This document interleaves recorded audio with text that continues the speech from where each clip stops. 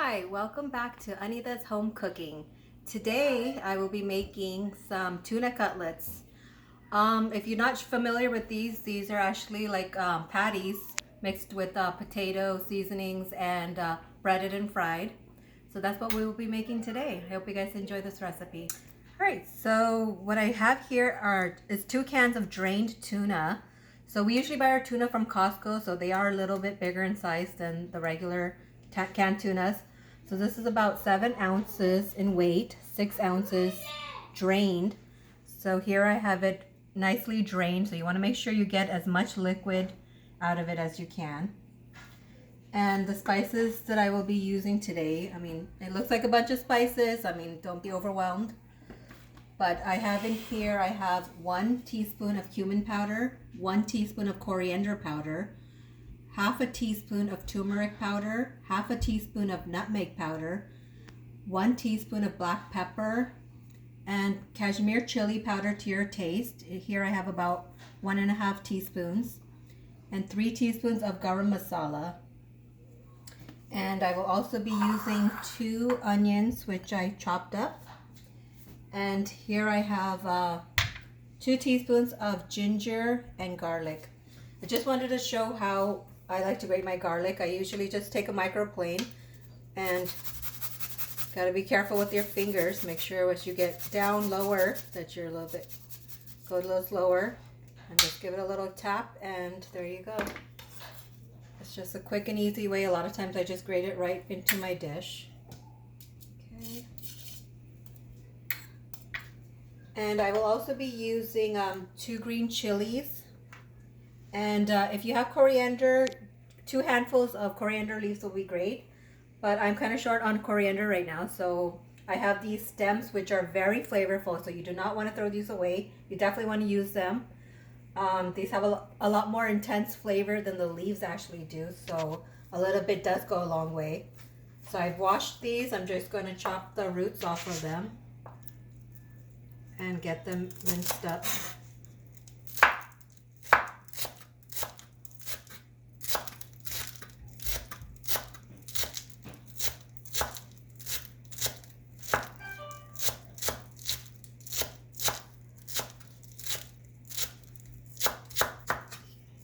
Just chopping up the green chilies.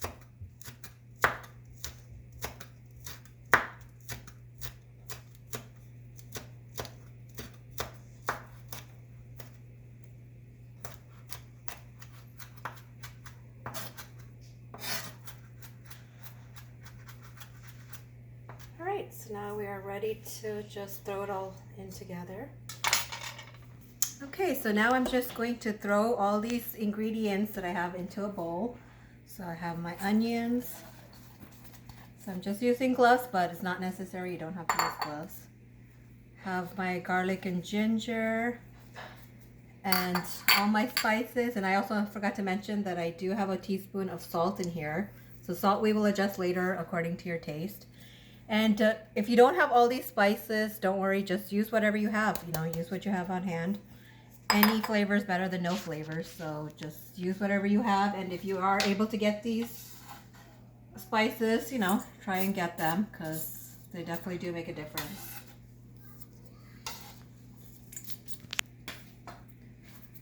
Okay, and I have 2 potatoes here that I boiled earlier, so they're cool.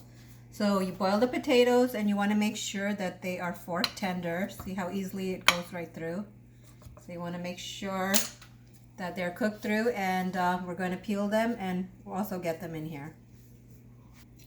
Okay, so now I'm just going to use my hands and just get everything all mixed together.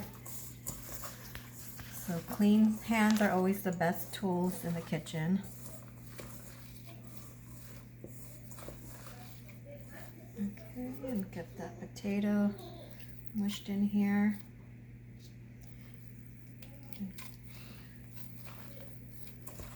Okay, so we're just going to really nicely get everything mixed together, and then we'll have to check for seasoning, salt, and any extra seasoning that you may like. Alright, so now I just been mixing for a few minutes, and I got it nicely mixed together. Made sure that the potatoes were in small chunks or smashed in nicely. And we're just gonna check it for seasoning. So to me this tastes good, so if enough salt and enough chili, but if you need more to your taste, just add a bit more. So I'm gonna get these into little patties and get them on a plate. All right, so you just make them whatever size you want. You can make them small, medium, large. So I'm just grabbing about a handful. I do have tiny hands, so mine will be a little smaller. And then make them into whatever shape you want. I just make them into circles. So you can do them a little bit elongated circles, smaller bite-sized pieces. And depending on the size you make them, like the amount you get out of each serving will differentiate.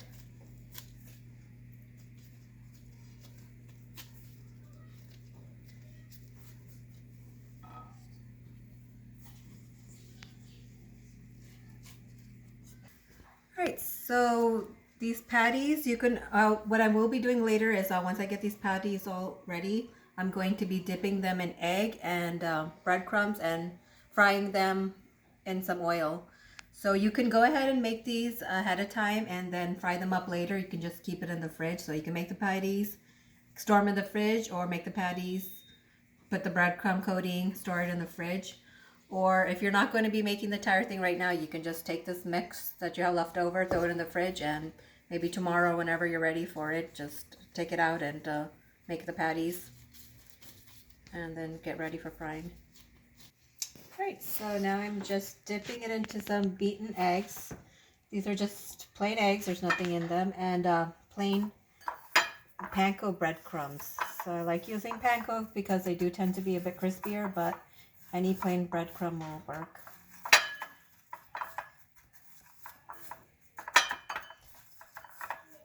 I'll try to get it nicely covered on all sides.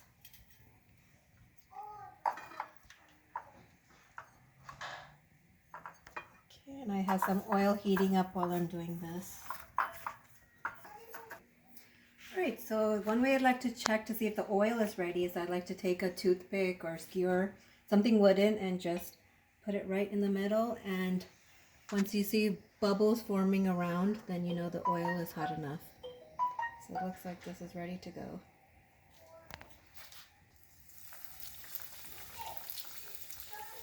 Okay, so I'm just going to be putting these in and then cooking it till it's golden brown on both sides.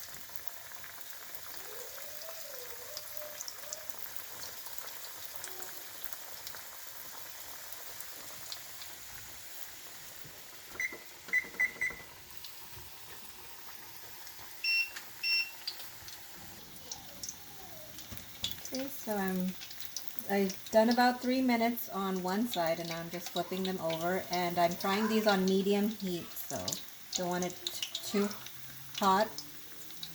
So you want them to cook through and get a nice brown color and crisp on them. So I'm going to probably do this side for another 2 or 3 minutes. These have cooked for about 3 minutes on the other side. Just taking them off. They look golden, crispy, and delicious. Can't wait to try them. Okay, so this size got me around 15 tuna patties. So 15 for this size.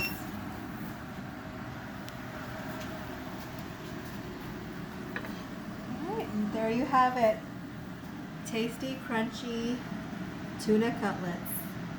Alright, so now that these have been cooling for a few minutes, I'm just going to take one and cut into it so you can see how it looks. You can hear that it's crispy. Alright, so these are still hot, but this is how it looks on the inside. And these can be eaten as is, or you can have it with some sweet chili, sriracha, ketchup, anything of your choice. Thank you for watching another video. I enjoyed cooking with you guys. So please like the video, subscribe, and share with your family and friends, and I'll see you in the next video. Thank you.